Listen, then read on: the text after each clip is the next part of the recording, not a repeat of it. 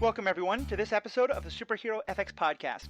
I'm Matthew, I'm one of your hosts, and I'm really excited this week. We're going to be talking about one of my favorite television shows, Babylon 5, and how that show explored issues of telepathy and mind control, and what it is that a society should do when people with power start to emerge. This is a show from a number of years ago, but one that I think still has a lot of relevance for us today. And I'm also excited because my guest today is Jacob. Jacob, I'm not going to try and pronounce your last name. I'll leave that to you. But Jacob is a colleague of mine in the Judge program of Magic the Gathering, and someone who I know shares my love of this show, and also really enjoys using this show to talk about issues that are really dear to our hearts, and that matter a lot for us here on this podcast. So, Jacob, how are you doing today? I'm doing okay. I'm really excited to talk about this particular topic. As you mentioned, I love the show. Last name is pronounced Milicic, and if anybody gets that right on the first try, I will give them a piece of candy. There you go. There you go. Awesome. Well, and so let's dive right in. I'm going to say from the beginning, obviously, as often happens on this show, we're going to probably be spoiling a lot from the things we talk about, especially Babylon 5 today, but we'll also probably be getting into X-Men and some other things that are related. But I'm guessing that a lot of you haven't probably seen the show Babylon 5. Something that, if you can definitely find it, because it's a great television show, although it hasn't aged terribly well. But let's just start talking about giving a little introduction to the show itself. Jacob, what if you were to explain to someone in 20 seconds what is Babylon 5? How would you do so? Well, I would say that Babylon 5 is a science fiction diplomatic space opera. Mm-hmm. And by diplomatic, I mean that the central portions of the plot of the show, like what's central to the show, is the conflict between different governments and different races, and it's all centered around the show is called Babylon 5 because the point of focus, the Babylon 5 station, was created to try to prevent these civilizations from going to war with each other. It was actually made after the aftermath of a particularly cataclysmic war where one race was almost wiped out completely. Right. That race being the humans, actually. Yeah, one of the things that makes this show so great is there is so much backstory and history to the world as they explain it. And it's an important show in kind of like the history of science fiction on television because we're now pretty used to that idea of non-episodic television and world building. This was really one of the first, along with DS9, which came out a little bit later, to do that. So, and so it's definitely worth thinking about in those terms, and that's what we're going to be talking about it. And so, Jacob, why for you is this a show you love so much? Like, what, especially in terms of like the things it makes you think about. Why do you love this show? So, first of all, I actually really like a lot of the characters. Most fiction that I consume, I end up latching onto if there are characters that I enjoy, that I can latch onto and either identify with them, or I really like seeing them play in their sandbox. And Babylon 5 scratches a lot of those itches, both with their protagonists, antagonists, and sort of side characters or one-off characters. And I guess I also really appreciate some of the science in the science fiction. It's somewhat well researched. Yeah. In terms of how things work. There's some cool ideas, like the fact that there's blue shifting and red shifting in the jump gates. I kind of geek out about that. That's really cool to me. I remember when the show first came out, people went kind of crazy because this was the first show where space combat happened and the ships like turned on a dime. You know, they didn't swerve the way they would in air. They made kind of turns that actually make sense in a no atmosphere situation. Right. When you have thrusters, of course, it still commits the cardinal sin of sound in a vacuum. Yeah. But that's other than Firefly. Basically, that happens in every show, I think. Even though Alien told us that in space no one can hear you scream, science fiction writers haven't quite gotten that idea yet. Well, I mean, if you're trying to have these giant climactic space battles and you're going to do them sans sound, it sort of detracts from. Yeah. Where we're used to getting those, we want to hear the explosions, right? No, this is definitely true, and I think in all these shows, that question of like realism versus an entertaining show is one that is always going to come up. And I know, Jacob, when you and I talked about this show, because I'm like you, I love this show more than anything because of the characters, and because this show, I think, in some very specific ways, and at times a little bit ham-fisted, but at times very subtle ways, really tries to get you to think beyond the normal ideas of good and evil. It really tries to play with who are the good guys, who are the bad guys, and has you constantly over the 5 seasons changing your ideas about who is right and wrong. And one of the issues that it brings up that I think it really wrestles with that so much is the Psi Corps, and that's what we're going to be talking about today. Because the Psi Corps, I think, is one of the central themes of the show, and it's one that really brings up a lot of ethical questions that I want to dive into. So again, using you as my narrator for the day, what's the Psi Corps? So, in this postulated future, telepathy exists. People, some number of years ago, telepaths suddenly showed up on Earth. There are these people who could read people's minds and had those kinds of traditional mental powers. People found out about it. Right. The Psi Corps was sort of the world government's answer to how do we deal with these individuals and the possible right of privacy violation, human rights violations. How do we deal with these people that we find, frankly, scary? Their powers frighten us. We need to make sure that people know that their rights are being protected and that people feel safe. And then what they end up doing is they end up saying, if you're a telepath, by the way, this is just on Earth. This is how humans chose to deal with this problem because they're telepaths of other races. Right. But on Earth, they say, if you're a telepath, you have to either join the Psi Corps, so you have to be a part of this organization, or you have to go to prison, or you have to take these drugs called sleepers. And the sleeper drugs actually are something they develop to inhibit people's telepathic abilities to the point where they're non-functional. Right. And when we say non-functional, we don't just mean that they are telepathically non-functional. We mean that they are pretty much non-functional as people. And go on. Oh, you see, one of the things that the show really explores well, and I imagine this is what you were about to go into, is this idea of that's not an easy choice, because obviously being in the Psi Corps is a really difficult thing and very restrictive, but that taking these sleepers can pretty much destroy your life. And we have one major character whose mother is on them and winds up in her backstory killing herself because these sleepers really so destroy her life. Right, because as it turns out, telepathy in these individuals is a core part of their being, and by effectively castrating themselves, yeah, they end up less than themselves, and that really wears on them psychologically. And it's Ivanova's mother is the character that we get as our example of that. As like, here's why the sleepers are bad and why this problem is not solved just by having this option. But it is one of the choices. And basically, if it's like you don't want to join this organization, and we'll get into why you might not want to join this organization, because boy, howdy. Yeah. And you don't want to go to prison, and in this case, this person had a family, right? She didn't want to go to prison. Then you're subjected to, well, you don't get to be yourself anymore. Right. That's a really bad option. Well, and so obviously the sleepers is the bad option. What's the problem with the Psi Corps itself? Well, again, we're for those who are listening, we're doing a little deeper dive into the plot background here. But it's important because these details form I think the core, no pun intended, of the questions that the show brings up so well. So obviously the sleepers are a bad option. What's the problem with the Psi Corps? In order to really cover that, we kind of have to get into what the core represents. So right. when you're part of the Psi Corps, you have certain restrictions. Like you have to wear a badge at all times, signifying you're a member of the Corps. You have to wear these black gloves on your hands, once again signifying that you're a member of the Corps. You have to subject yourself to their own internal police, called the Psi Cops. Yep. And you go to these compounds to learn how to control your powers and what you can and cannot do. So let's break this down for a second. You have to wear some articles of clothing that show people randomly on the street what you are, and that you're part of a group and that might be a little bit scared of. This might sound familiar to people. Right.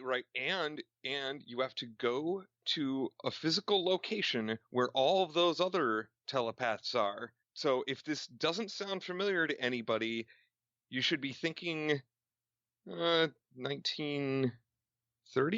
Yeah, yellow stars, pink triangles. I mean, I think, and There's a lot of ways in which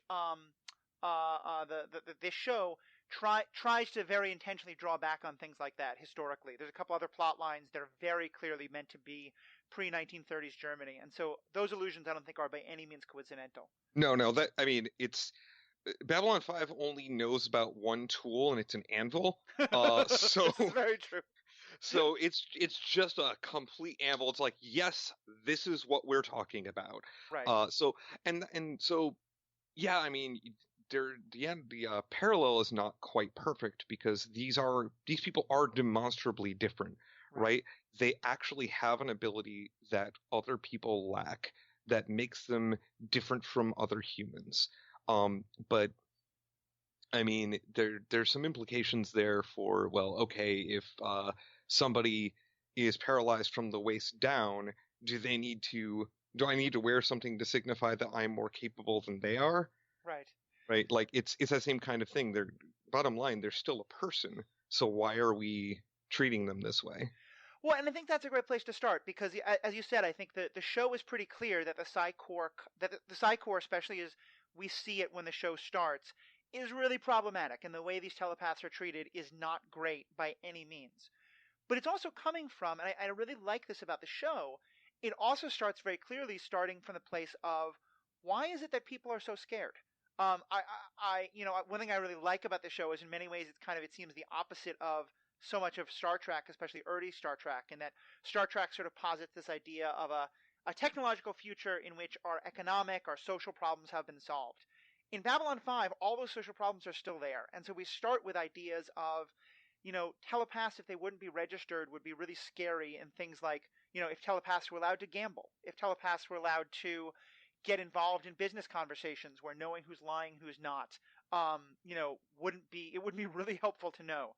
And so I wanted to start there in what, to your mind, like if you found out tomorrow that 1.01% of humanity could read your mind, how would you feel about that? Like, would you want something like this? Would you think, okay, that's great, they can do that, we don't need anything? What's your reaction there? Yeah, I gotta be honest. One of the things that's so compelling about this particular part of the show is that I feel the Psi Corps is a very realistic way of looking at what we as a species would do. Yeah. I would want some kind of assurances that, like, people aren't invading my brain and learning what I'm thinking. Like that is scary to me. That's a violation to me. I'm not okay with that.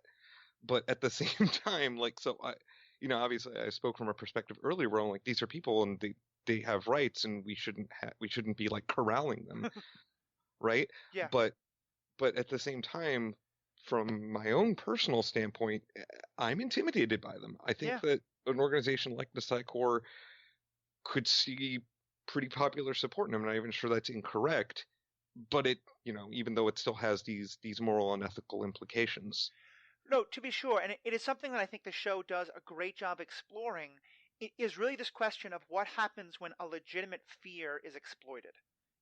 Right. It's actually a theme that the show, as you said, with sometimes the subtlety of an anvil, but that the show keeps coming back to is what do you do when there's a situation where we can't just say the fear is completely legitimate. There is some legitimacy to the fear, but people are maybe exploiting that fear on all sides in some problematic ways. Right. And so kind of going deeper on that, because I think I share with you, and there's an episode from a while back where myself and a professor named Greg Haley talked about Professor X of the X-Men and his mind control.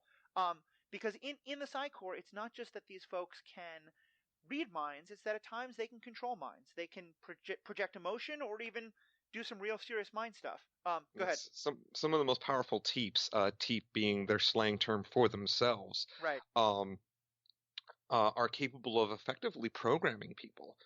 We see there are a couple of characters throughout the series, Talia Winters and later Michael Garibaldi, who end up getting programmed by a very strong telepath. That end up doing, like, they have these sleeper agents and stuff, and that whole idea that you can effectively code a person for behavior is really, really terrifying. right. I share the idea that Professor Charles Xavier is the scariest person in the entire X-Men universe. Right. Well, especially because, and I think this is something the show explores well, it's one of the only superpower. If we think of telepathy as a potential superpower, to sort of cross the line from science fiction to comic book stuff, it's the only one that is utterly and completely invisible. If you're really dialed in with someone, you might notice that they're acting differently. But even then, it's so easy to think, oh, they're just more irritable, they're just scared or something like that.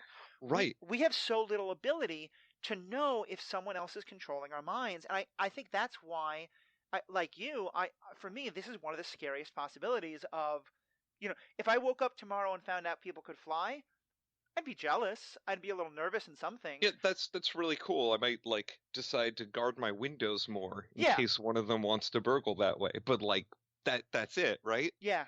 To me, it doesn't fundamentally change things the way it would if I found out tomorrow some people were telepathic.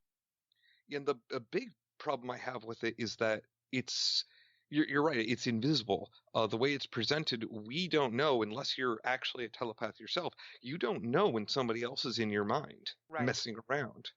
And that's, yeah, terrifying. Like, how do you ever know if what you're doing at this particular moment was your choice that you had agency in, or whether you've been violated? Right.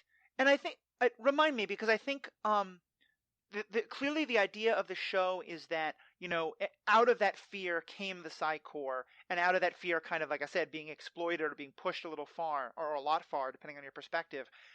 Does the show give us, and I know you read some of the books as well, do they give us stories of like incidents that happened in the days of this world before the Psi Corps, where people were like, oh, remember what happened to Billy, and that's what reminds us, like that was the story that reminds us why we need the Psi Corps, because there was terrible unregulated stuff happening? Not within the television show, although I think some lip service is paid to the idea that, look, if you don't regulate these people, that,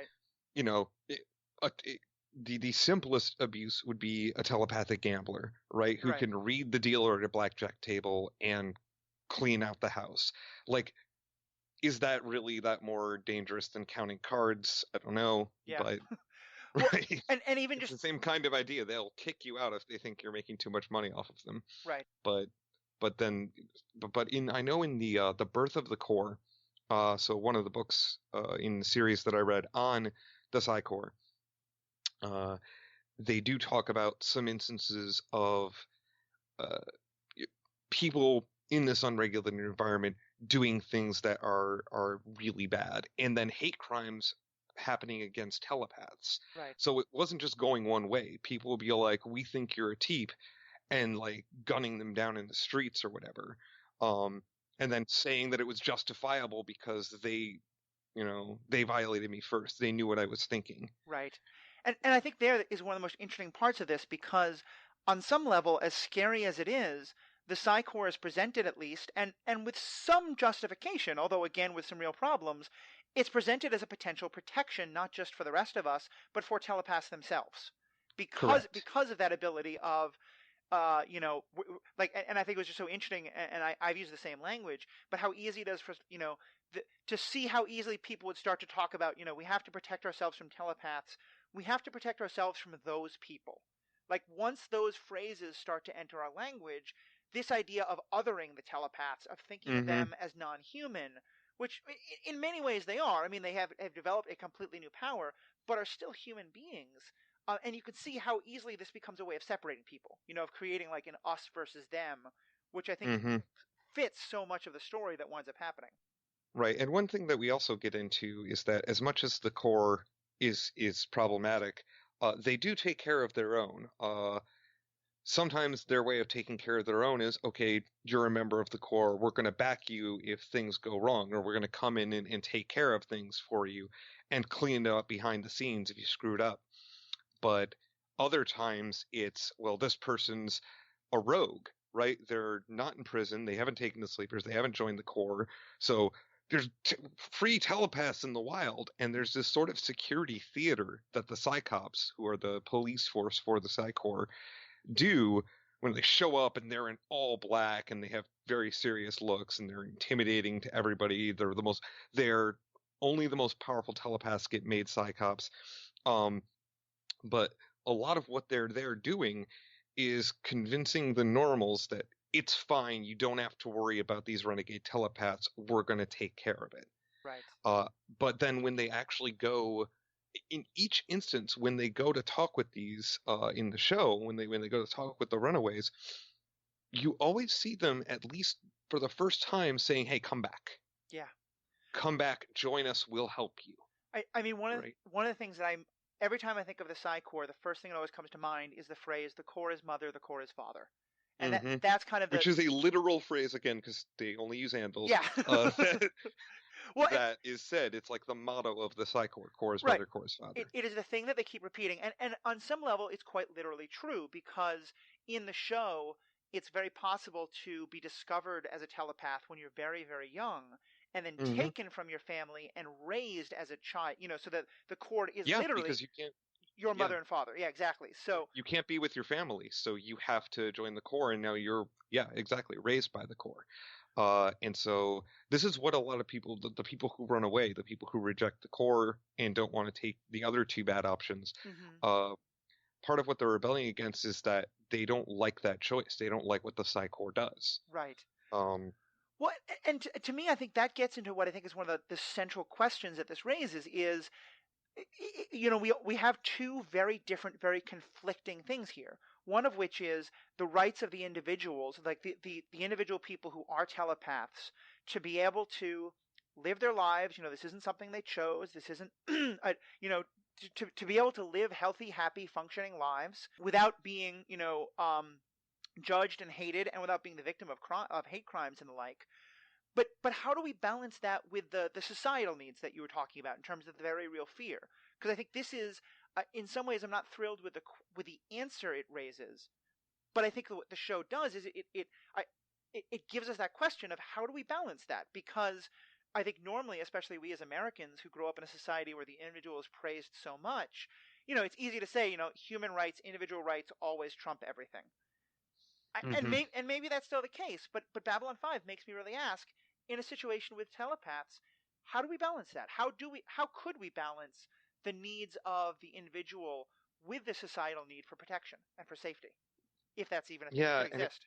I and I honestly think that there's no answer to that. There's no solid, non-problematic answer to that, save for a technological solution that protects the people from these newfound powers, that protects average people from these newfound powers. That's whoever makes it has oversight, and it doesn't actually do anything harmful.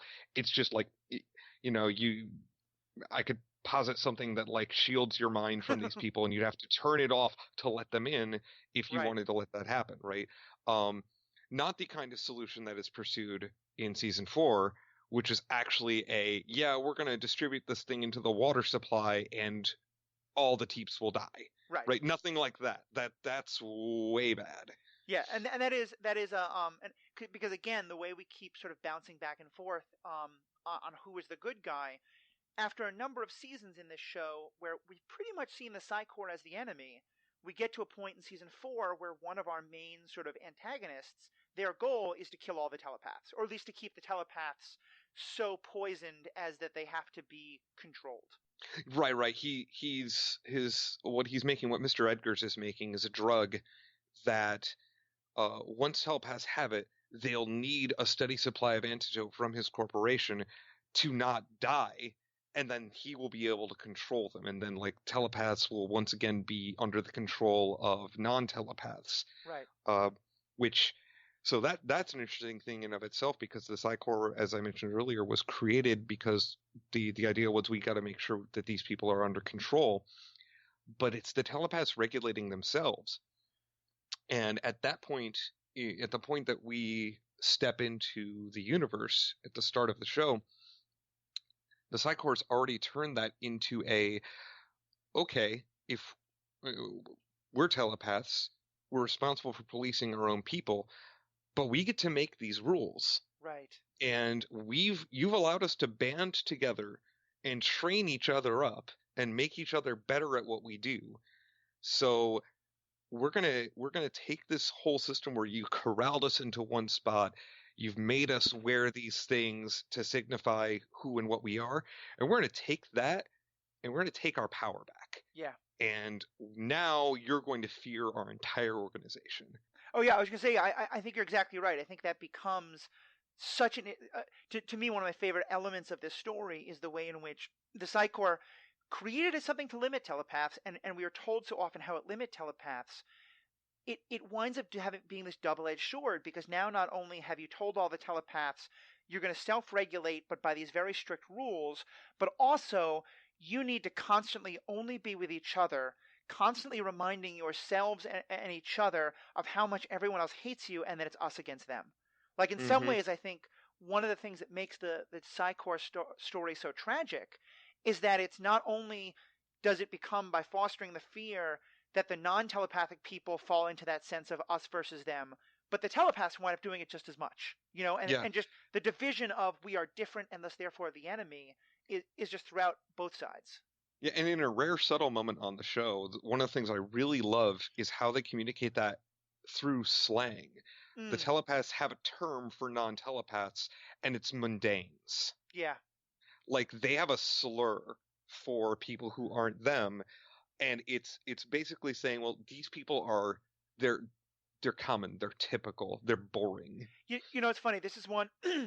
Jacob and I had talked a lot about ideas we wanted to go into for the show, and now I'm going to throw you a curveball with one I hadn't Sure. thought of, but that is so relevant to this. Have you read the Harry Potter books? Oh yeah, I love the Harry Potter books. Because as you're saying that, what immediately comes to mind is Muggles. Muggles. Yeah, Mm-hmm. because And it's that same idea of they use that word to define people as lesser. Muggles right, and mudbloods, actually. yeah. One of them is only used by the racists, but Yeah. I mean, the more I think about it, the more I think, in a lot of ways, anyone who's trying to better understand the telepaths, thinking a lot about the Harry Potter world is a very mm-hmm. good model for it. Especially in that the tension that's happening in the Harry Potter books between should we be trying to take the Ron Weasley approach and integrate ourselves into humanity versus should we really understand that we are better than humanity and higher than humanity, the Voldemort approach. That really is a tension that's in the Psi Corps itself. Yeah, imagine a universe where the telepaths of the core uh, complete this campaign where they erase the memory of telepathy from all of the mundanes, right? And then we have the Harry Potter universe. We have wizards and muggles. Right. And as long as they keep themselves secret, nobody's any the wiser. That's actually even more terrifying. Yeah. No, I can definitely see that. I think that's it's an important way to think about this in terms of the that division between the two. Right, and they make it very clear there are very few people who actually have that sort of like mind erasering ability, so it's like a logistical problem. They can't actually do that. But just the thought that it's out there, mm-hmm. especially because, as we said, everything with the Psi Corps, we can't see it. Yep. So to your mind, where on some level we've already gotten into this, but going deeper, if we were to start with the idea that some level of something is needed, that I think the self-regulation to me is such a difference than other people regulating. But if you start with the idea that some kind of a Psi Corps would be necessary, even if it's a much more scaled back one, in this world, where does the Psi Corps go wrong? Is it inevitable that the Psi Corps becomes the kind of thing it becomes in the show, or could there have been a different direction? And this might just be my my cynicism coming through, but I think that where the Psi Corps ended up is exactly where it would end up in reality if this were to really happen.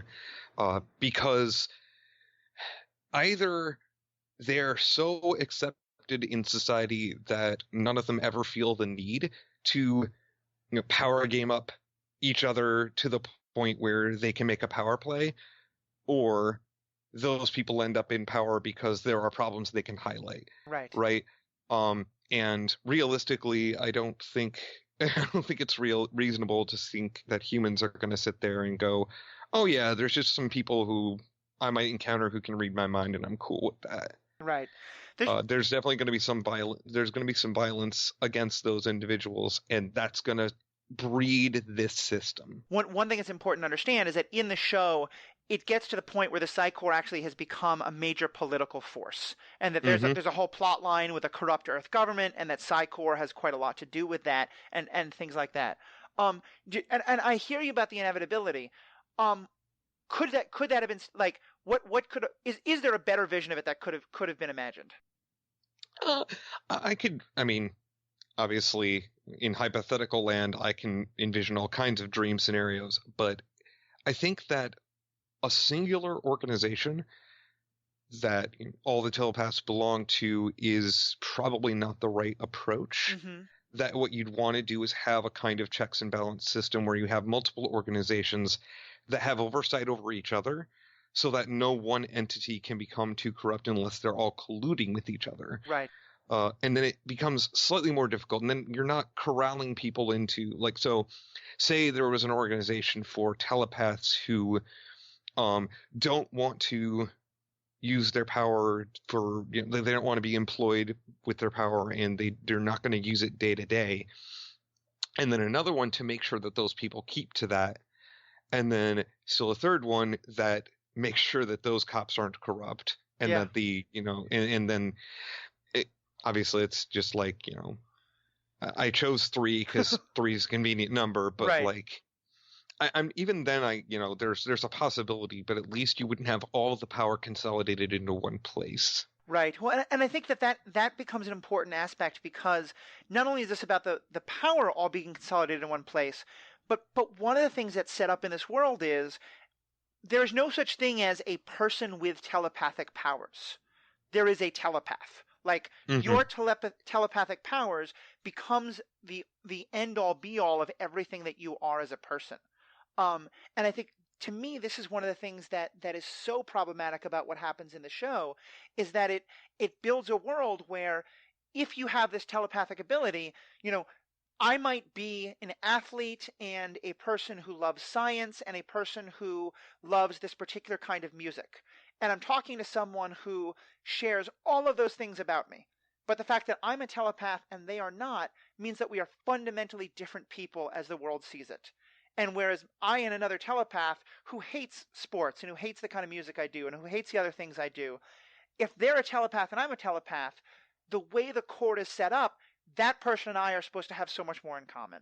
And maybe that's inevitable, but I feel like that, to me, I think when you set up a world in which that one aspect of a person's identity utterly defines who they are, it becomes inevitable that you're going to have this kind of conflict.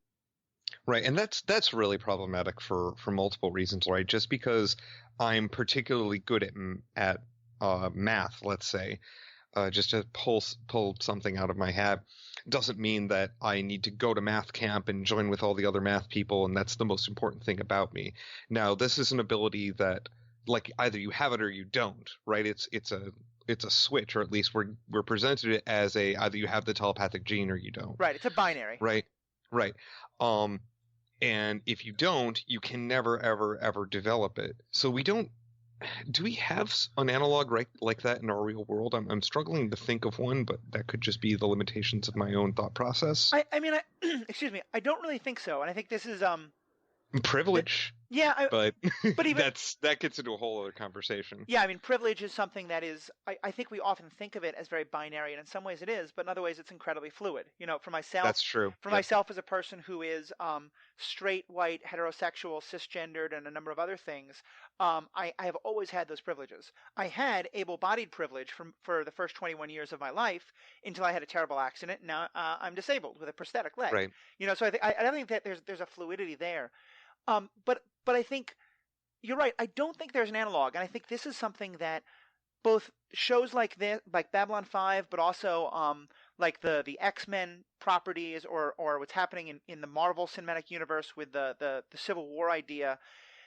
On the one hand, these things are an interesting analog for the idea of human difference, but there's also a fundamental difference in that, as you said, like, no matter how much racism was built on the idea that black people are different, they're really not.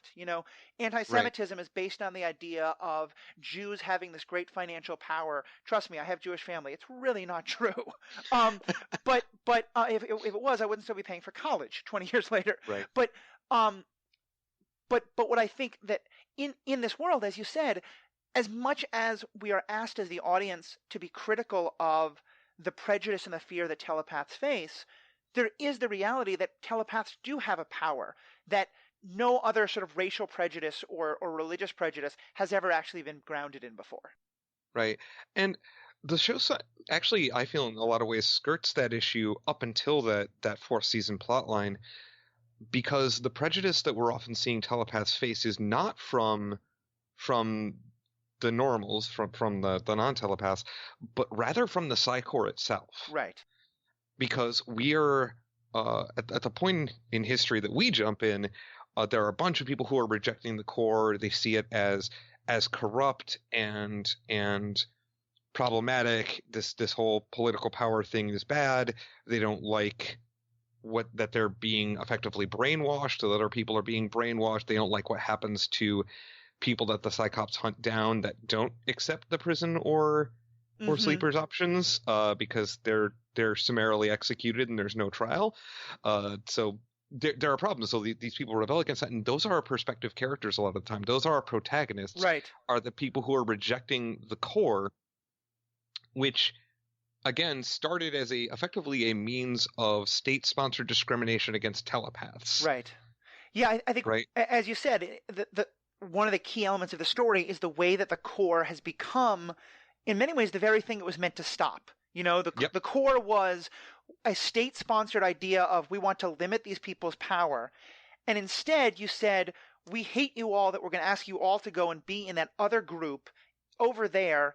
And by the way, that's going to allow you to pool all of your power, while we've also given you this amazing amount of resentment and also fear. You know, I was saying that so much of this story seems driven by humanity's fear of telepaths, but I think the flip side of that is that what then becomes a driving force of the Psy-Corps itself is their fear of humanity's fear of them.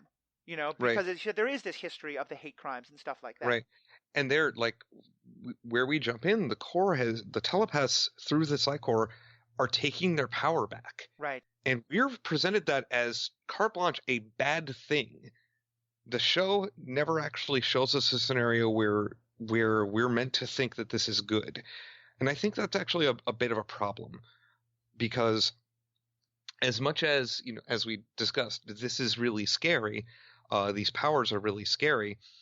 The fact that this organization, which was born out of discrimination and hate, became this thing where they're banding together and effectively celebrating their difference. Perhaps we can take qualms with the way that they're celebrating it, but they don't say that. They say the Corps is bad. Right. I mean, to put it in terms of another story that I think you and I both have a love of, where I think sometimes we might not see it quite the way the author does. Do you think I'm right in saying that Magneto would probably think the Psy-Corps is dead on in what they're doing?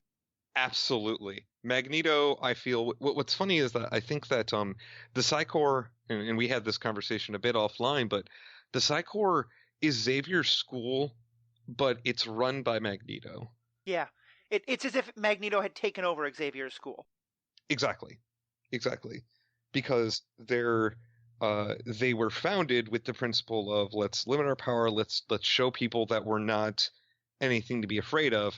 But actually, they're going to fear us regardless, so let's use that. Yeah, and I when I look at the Psy-Corps, especially, one of the phrases that comes to my mind a lot is the phrase hurt people. I don't know if you've heard that a lot, but it you know, because it's that idea of that those who have been kicked, those who have been oppressed, often wind up, you know, that can lead to a desire to sort of do that again yourself. And that can again be looked in a problematic way, but the way I just phrased it sounds problematic. But also that there's an empowerment of not in the hurting the others, but in binding together to get the power to not be hurt anymore. And I want to use that to jump into kind of a last big topic we can talk about, which I know one of your favorite characters of Bester, because Bester I think is the one time he's presented as kind of like an antagonist who we love to hate, but we at least get some sense of his perspective. He is one of the Psy-Cops, one of the leaders of the Psy-Corps. Tell us a little bit about Bester and sort of where he falls into all these ethical conversations. So Bester is the character that we are given that he epitomizes everything that's wrong with the Psy-Corps to the audience. This is the writer saying, here's a personification of what is wrong with the Psy-Corps. Here's Alfred Bester. What's interesting about this character is that his motivations are all centered in this idea that his people are the people that matter. And he makes a clear distinction between telepaths, his people, and non-telepaths, not his people. And he's willing to break every single rule regarding the use of his own powers, regarding the use of his authority, regarding when he can discharge his firearm, right, in order to advance his idea and his agenda that telepaths should be the ones leading the human race. It's clearly there are, scary, scary implications with this character, but it's difficult to describe cleanly, but we see moments with Bester that sort of signify to us that, yeah, even though he's this personification of this very bad thing, TM, he's still a person. There's this whole plot line in, is it season 3? Yeah, it's season 3 where they discover that telepaths from Earth are being shipped off to this alien race, the Shadows, for use as living CPUs for their fighting ships. Right. Because their fighting ships need a living body as their power core, and that makes them susceptible to telepathy. But if you put telepaths in there, then they can fight against it. And Bester finds out about this, and he loses his goddamn mind. Mm-hmm. And one of the people that was shipped off, that he's actually the reason why he's trying to hunt this down personally, going outside of his authority and outside of the Corps, is somebody that he loved.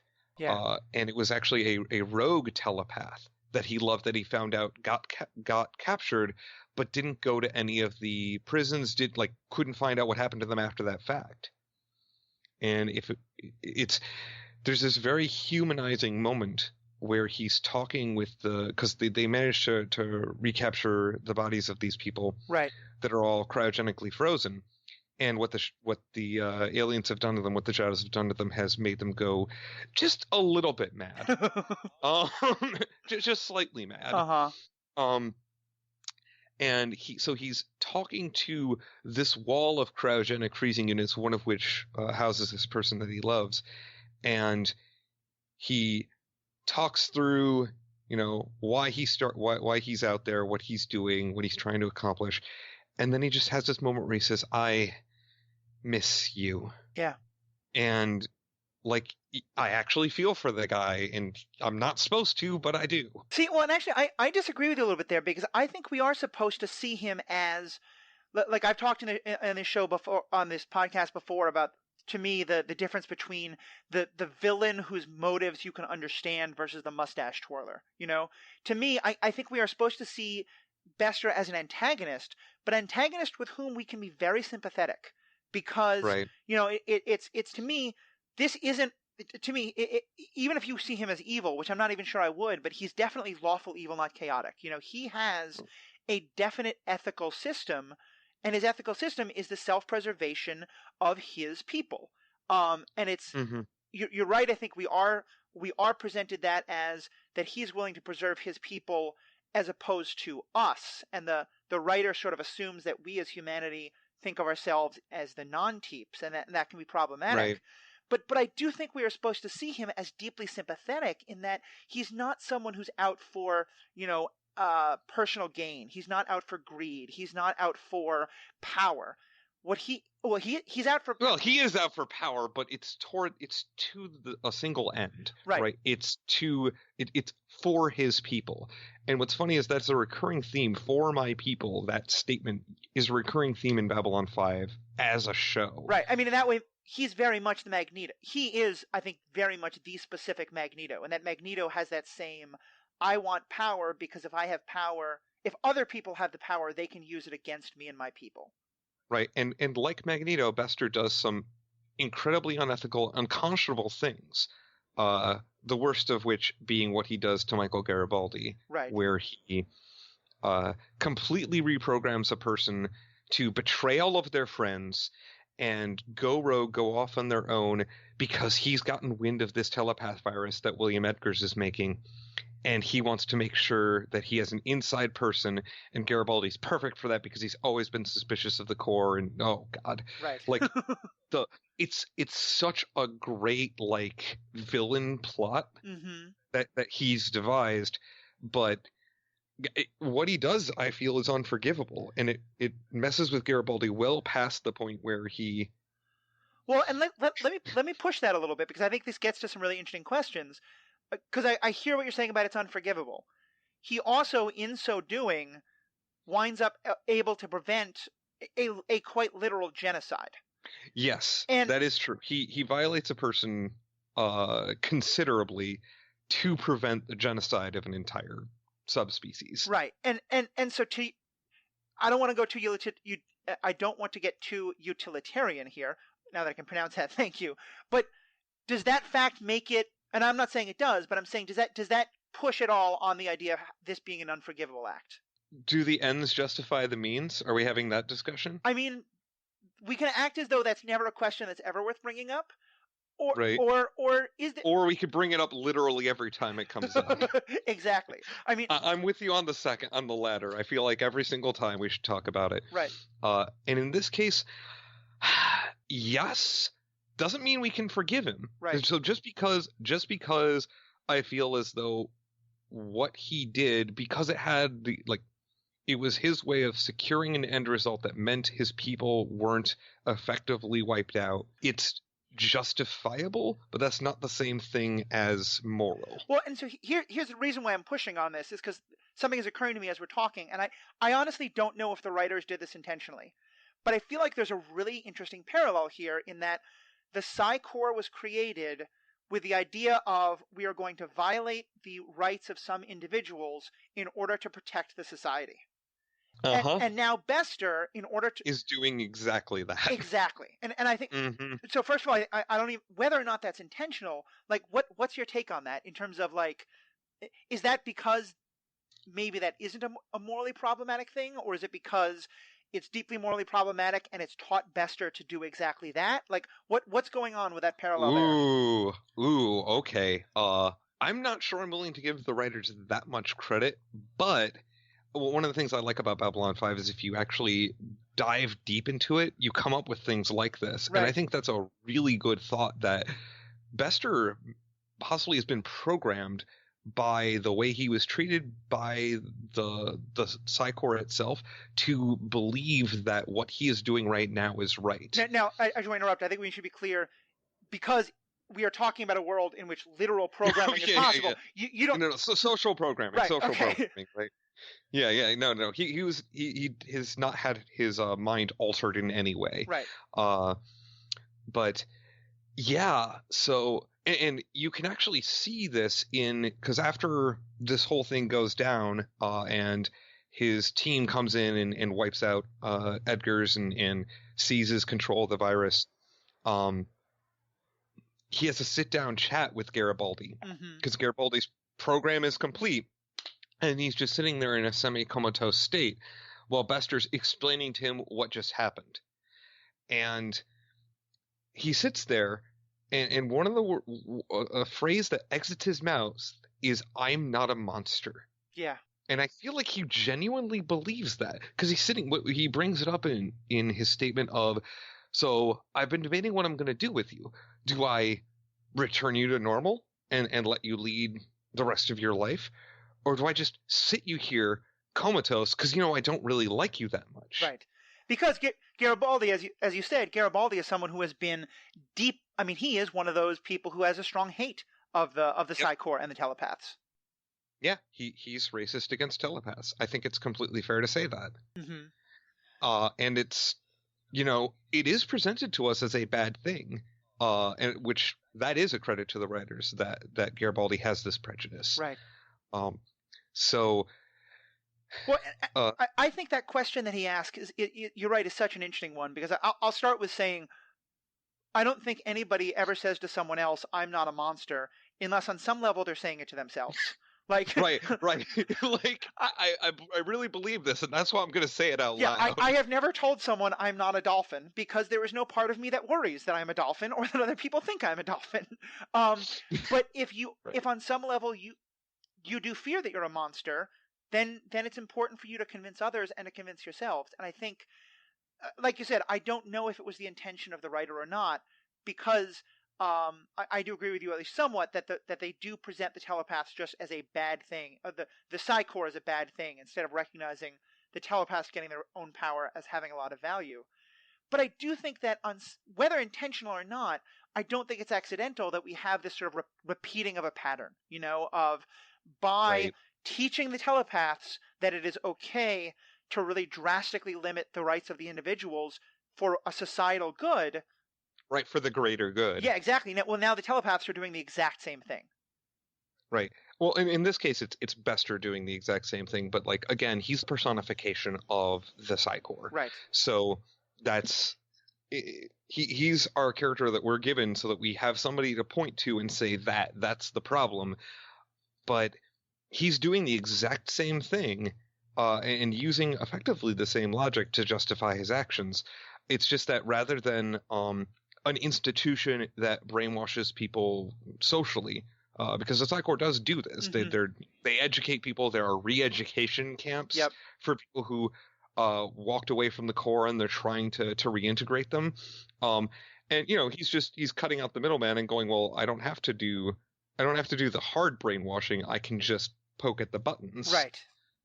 Again, that great subtlety that the show is known for, which is funny because in some other parts, and because I don't want to give the wrong impression, and I think you and I are going to do a couple of shows over time on Babylon 5, and at some point we're going to dive into my two, and I think two of your favorite characters, Londo Mollari and Jakar, who are in two of the most, it baffles me sometimes in the show because those two characters are so incredibly subtle and dynamic and nuanced, and so much of the rest of the show isn't. To the point where sometimes I wonder if it was written by different writers. But on this level of the Psy-Corps, I do think there's that nuance of, trying to see deeper and deeper that finding who is the bad guy and who is the good guy is a much more complicated question than we might think at first. Right. And there's that point in the series where our principal protagonists start actually working with Bester because of this thing that they found out. And so, like, here's a character that prior to this point has been given to us as unequivocally, this is a bad guy. He has done bad things. He is a bad man. Right. And now he's our ally. Right. So, yeah, I think that's intentional, and that's something that you can give the show credit for, is that there's this idea, and I actually really like this about Babylon 5, is that there's this idea that no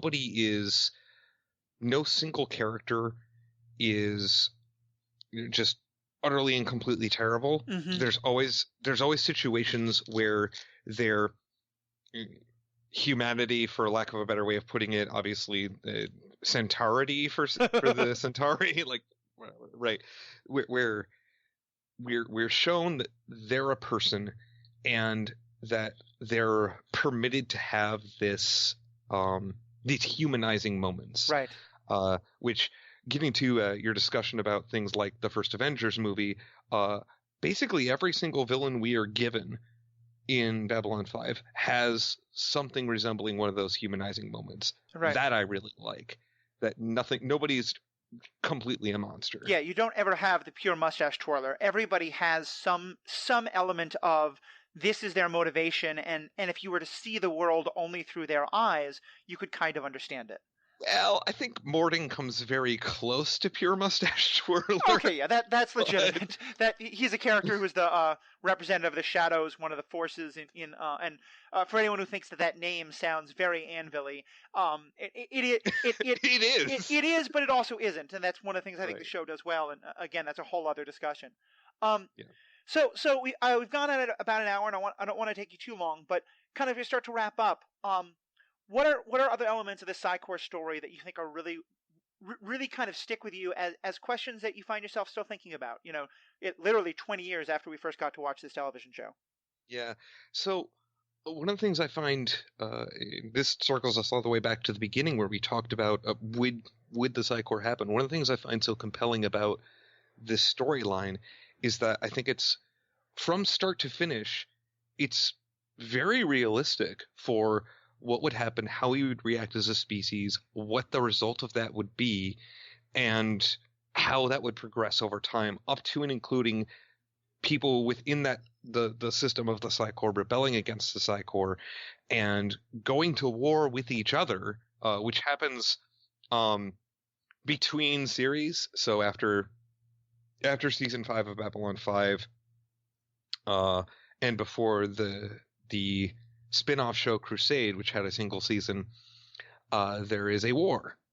And it's a telepath war, but it's not like people were always talking about the telepath war, something that would happen between the normals, the mundanes, and the telepaths. But actually, it's between telepaths and other telepaths. And they make a new Psy-Corp, and it's not really much better. Right. But it's starting over, so it doesn't start from this consolidated power base thing, and so it's very cyclical.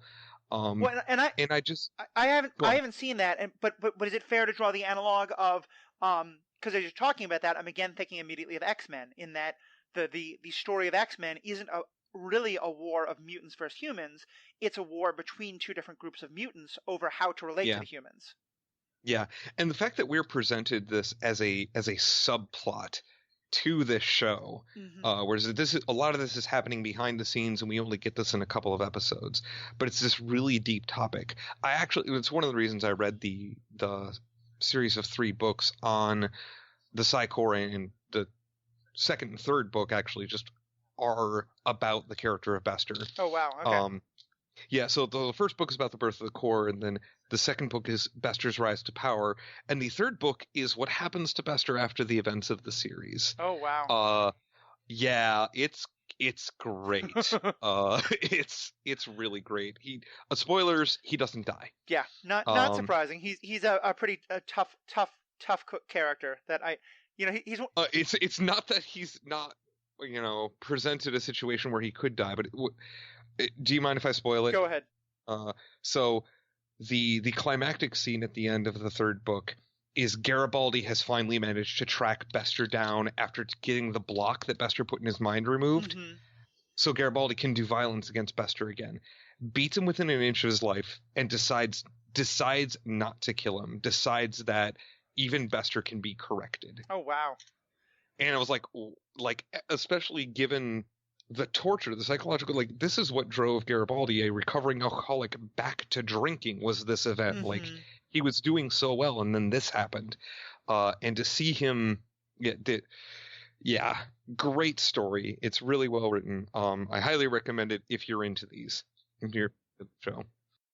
And I would just add as kind of a last coda to all this, for anyone who's thinking about why, for me at least, one of the reasons why this character always struck me so powerfully is he's played by a wonderful actor just to begin with, but this very manipulative, always smartest guy in the room, always the one who's 2 steps ahead of you, is played by Walter Koenig, the guy who played Chekhov in the original Star Trek.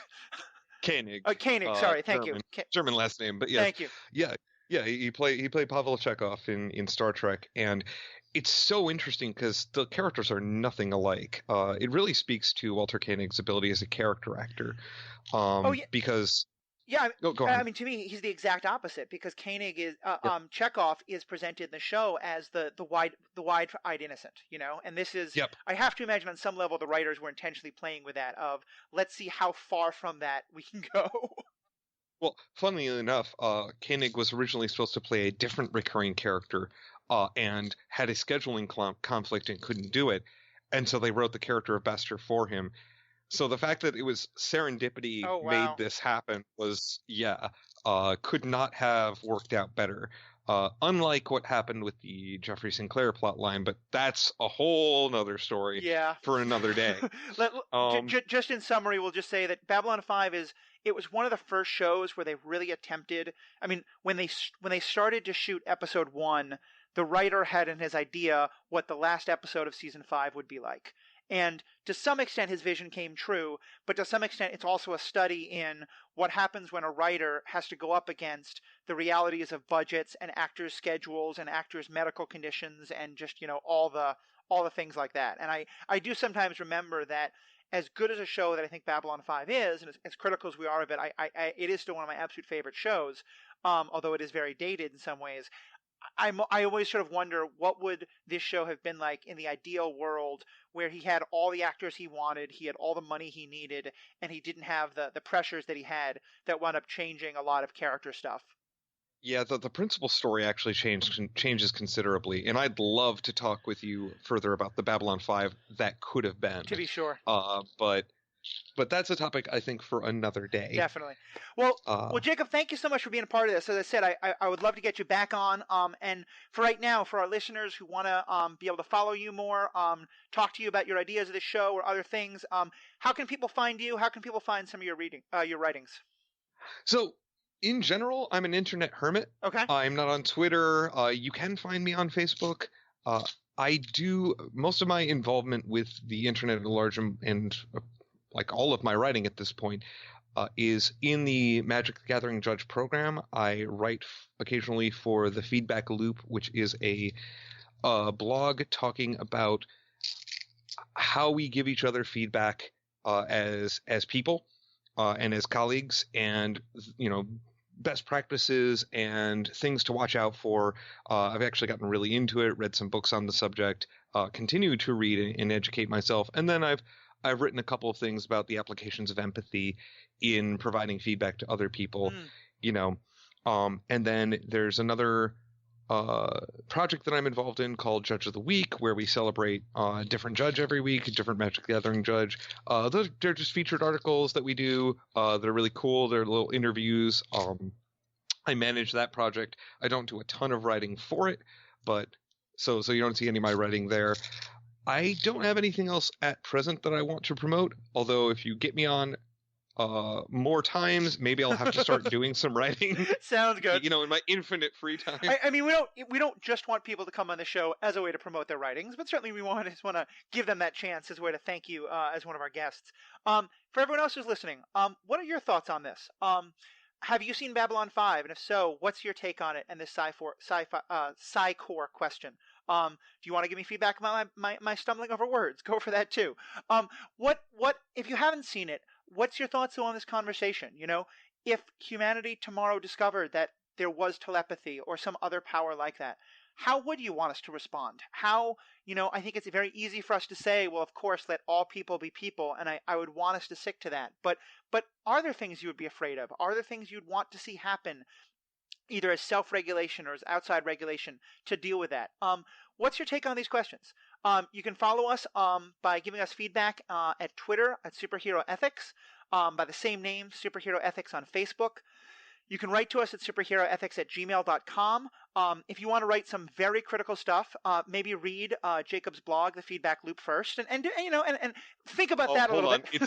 It's not my blog. Okay. I write for it, but it is not my blog. I want to make that very clear. It was founded by a gentleman who I respect very deeply by the name of Ricky Hayashi, currently managed by Eric Dustin Brown. Awesome. Okay, well, my apologies there, but it's fine. I just didn't want to take credit where credit wasn't due. Again, we might start bad feedback, which we're not looking for. Right. But for any of these things, you'll be able to find links to Jacob's stuff. You can find links to all the stuff that we do here at Superhero Ethics. Let us know what you think. Join the conversation. More than anything else, that's why I do this podcast, and I think that's why people like Jacob love to be a part of it, is these are topics that we love to sit and discuss for hours, and we want to hear your thoughts on them too. So thank you guys for listening. Thanks for being a part of this conversation. Drop us a line, tell us what you're thinking, and have a great day. Bye-bye. So earlier when you said, I'm not a dolphin, I was really trying to figure out if you said that on purpose. Well done. Well done.